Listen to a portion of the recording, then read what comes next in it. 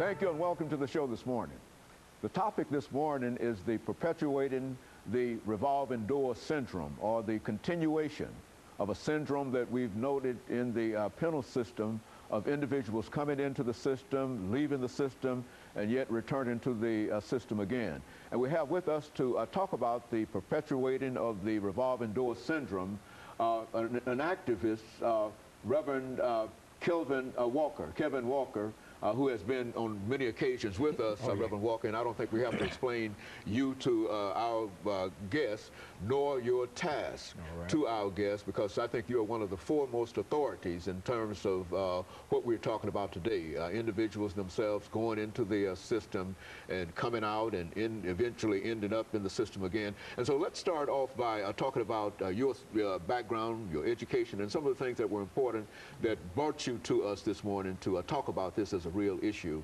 Okay, well, thank you. Once again, Dr. Haney, it's always a pleasure to be on your show because you are a person that really deal with some real issues, and I appreciate the format that you have out here and make available to us to come on here and talk about these issues. My name is Kevin Walker. I pastor the Hands of God Christian Church.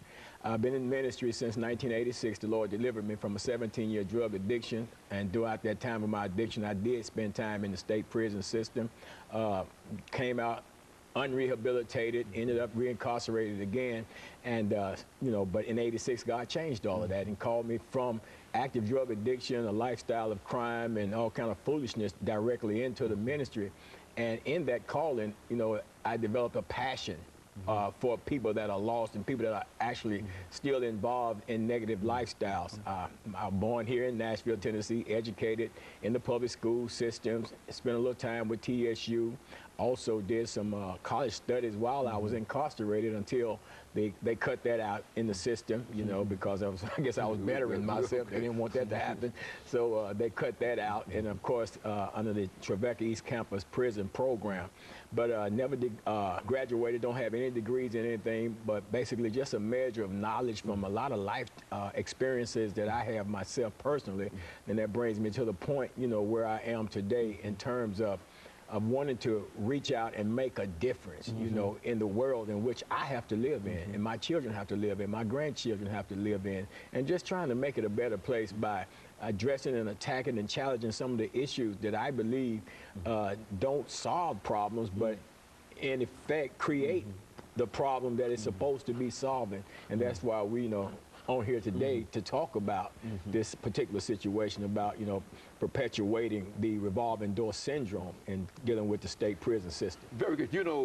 When we look at the whole issue of crime in America, one of the things I think that we can always say is that African Americans make up a large percentage of the ex-offender population, and as well as the incarcerated population. And let's look at some of the reasons that folks have often become involved in so much crime. Well, first of all, it's very frightening when you look at the amount of Black Americans in the country, in America, as in comparison to the numbers that are incarcerated and that are now ex-offenders and the like. But, there's not just one single reason for crime in America.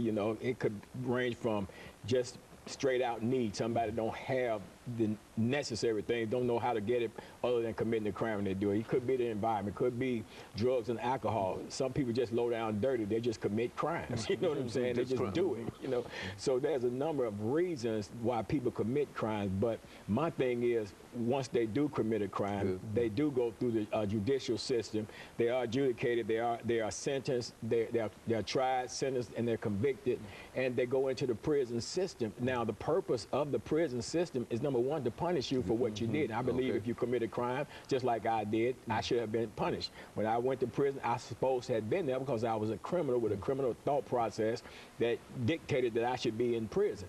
So there's crime, and then at the same time, there's rehabilitation. So my thing is, if I'm in there for punishment, now, the time served in the prison system will constitute the punishment. Now, what I do while I'm in there, how I spend that time in terms of availing myself to the various programs that's in there, that's what's considered as rehabilitation. Well, the problem is those things oftentimes are overlooked, and we don't get the recognition for the rehabilitation, but it's always about the punishment when it comes to the parole system. And so you believe that we ought to put more, as we get ready for the first commercial break, you believe that we ought to have more emphasis upon rehabilitation more than upon punishment, and that is one of the places that we fall short. It's not that we should have more emphasis on rehabilitation, but we should recognize and acknowledge that aspect of that process more so than we are just the punishment phase, because eventually who goes to prison gets out. Okay, and of course, we'll be back with our audience following this very, very short commercial break.